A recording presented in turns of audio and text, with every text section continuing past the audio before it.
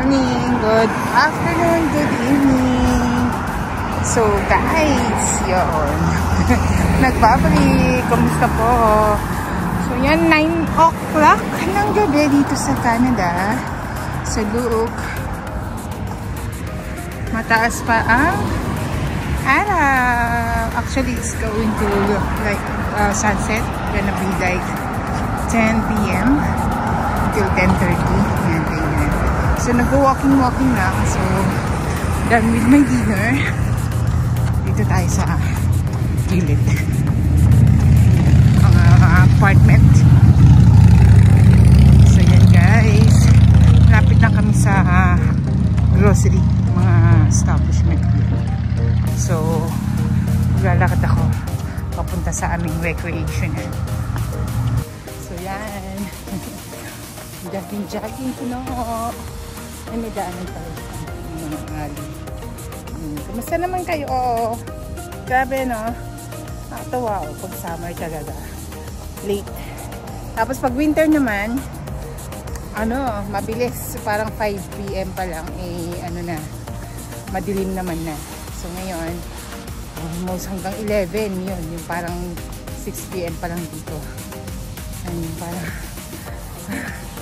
medyo madilim na. So yan. Tingnan natin. Ito yung yan. Parang bulak. Pag mahangin nagiging siya. Lilipad siya.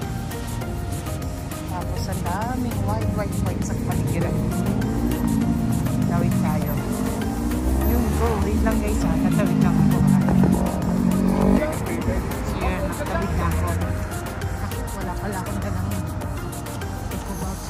Kasi lang ako tatawid kasi walang pathway dyan. So dito na. Ayan, nakatawid na ako. So tuloy natin. Mag-running. Sinasamantala lang namin ang summer. Kasi susunod, spring na.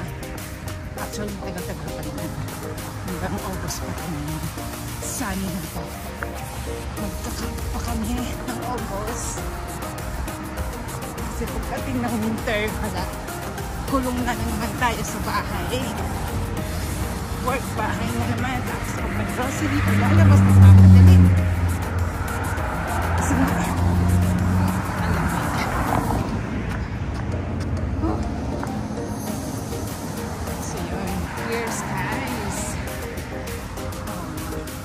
namin ngayon 134.9.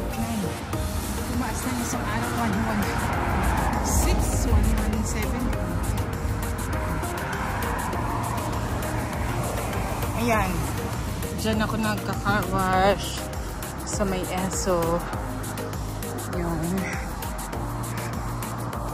Tapos dun yung aming recreational. So, walang daanan dyan. Yan, school yan. School. Senior high school na bagong bukas. Tapos may lake dyan eh. Kaso walang daanan kasi kaya dito ako sa kabila. So, yun. Punta tayo doon, no? Doon sa may Talo supermarket. Sa fresh ko. Pili ako ng bread and prutas. Yun, so that's it. Pasyal na lang muna for today's vlog. So, keep on watching guys. Update ko lang kayo. Pasensya na, nagiging busy lang sa trabaho. Kailangan magtrabaho.